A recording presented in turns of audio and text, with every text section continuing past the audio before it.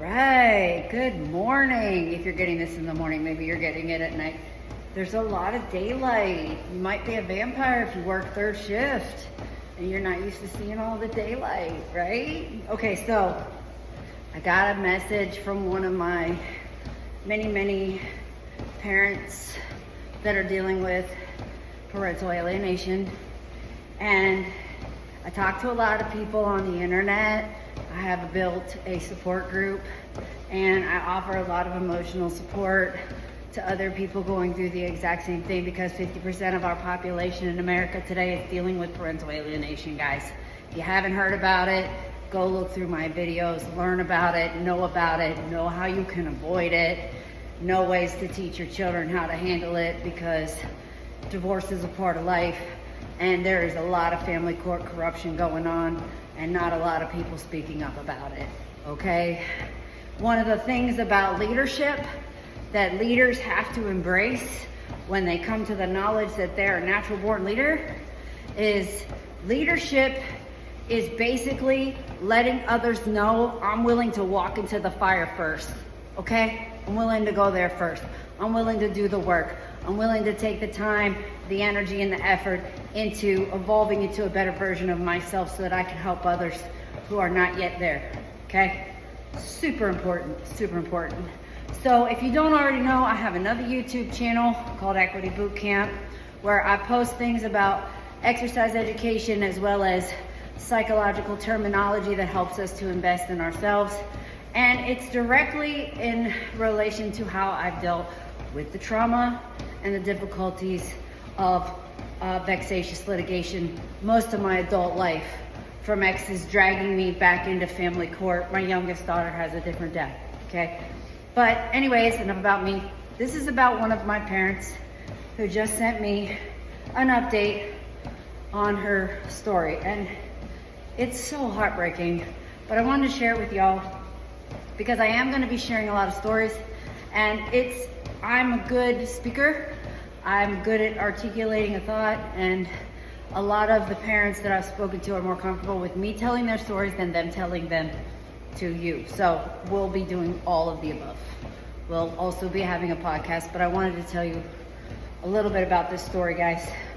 Okay, so her words, I'm not gonna give any names. It's such a long story, but I believe it could be a winning Oscar movie. Long story short, narcissistic ex, abusive husband, divorced in 21. He brainwashed the older kids into believing I was the bad guy, and as much as I fought it when it wasn't really true. During the divorce, I had primary custody of our youngest. He had visitation. A year after the divorce, I had gotten remarried. 3 weeks later, he was abusive. My ex took the kids on vacation, called me while there to threaten me and scare tactic me into letting him keep our youngest to stay with him. Nothing was changed in the courts. But while I got out of that marriage, I moved into the house with my mom, and the house my mom gave me, got into a safe counseling program, and still in there dealing with the domestic violence, the outcome of domestic violence that she had to endure with a new spouse. So she had to start all over and build up what financially occurs after divorce. A lot of us go through a lot of hardship. I had no car, I had no home, I had no business. I had to start from the bottom, and now we're here. So it's tough, it's rough out there, and especially if you're a self-sufficient human. So she said she had to start all over again and build up financially.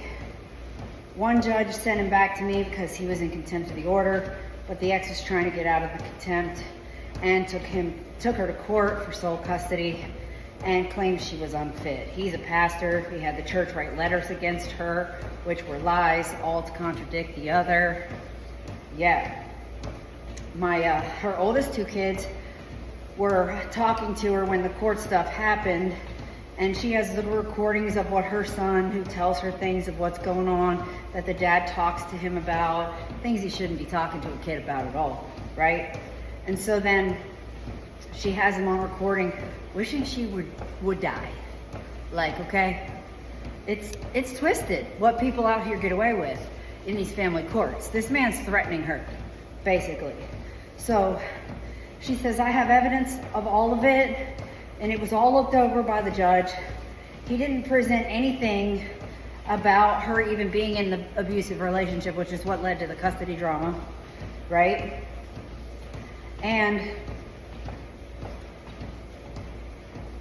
the judge gave him sole custody. She's waiting on the new order, and I just got an update from her, right? Okay, so the judge used his own personal beliefs and opinions and not the evidence or facts that were presented in court. There it is, guys. This poor woman and her 3 kids. And you're welcome to talk to my lawyer as well. I'd like to get you a copy of the public record so you can see everything in detail. I have all of this evidence of parental alienation. This stuff's really going on, okay? And he makes my little one feel guilty about coming to my house. That's parental alienation, and it's not okay. Our kids deserve better than this shit, okay? It's been 4 weeks since I've seen him. It gets worse, too. They start cutting off all contact between you and your children over time. First, they set up this negative relationship pattern where they try to turn the child against you, and then they stop allowing you to have contact. They're in contempt of court. Then they cut off all communication and contact at some point with some bogus excuse, and these judges let this happen. This is what's going on today. There's not a reason behind it, okay? This is just what is happening over and over and over again to our kids. She said, I got the final order yesterday, and I'm appealing it. Good for her. The judge took everything from me, and I have to pay child support. This poor woman. You know he makes more than her. This is what's happening today. And she says, this is so unfair. The judge wouldn't even look at the evidence that I had given. He just took the word of my ex.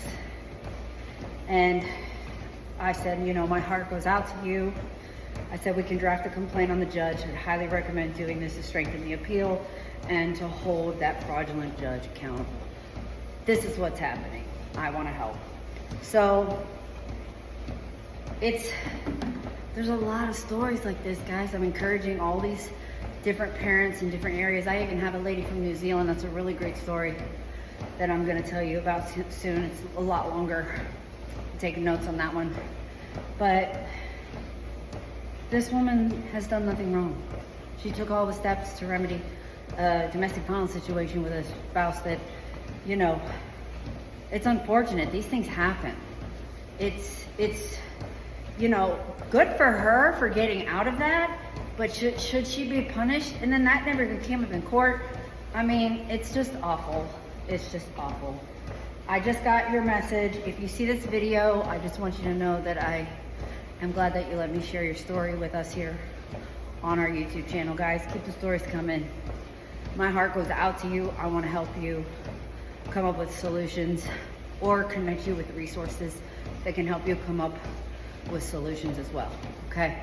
And it's important just to stay connected to one another for that emotional support, because there's so many ways that we can just help each other stay strong, and sometimes we can't avoid it. There's nothing we can do but wait for those babies to grow up and pray for the day that the light bulb goes off in their head, okay?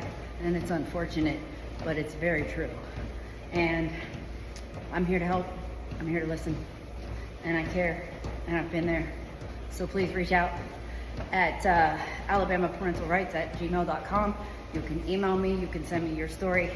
We can tell your story as well. Thanks for joining me, guys, on my treadmill while I cut this video for y'all. The best things in life make you sweat. Never forget it, all right? Y'all have an awesome day.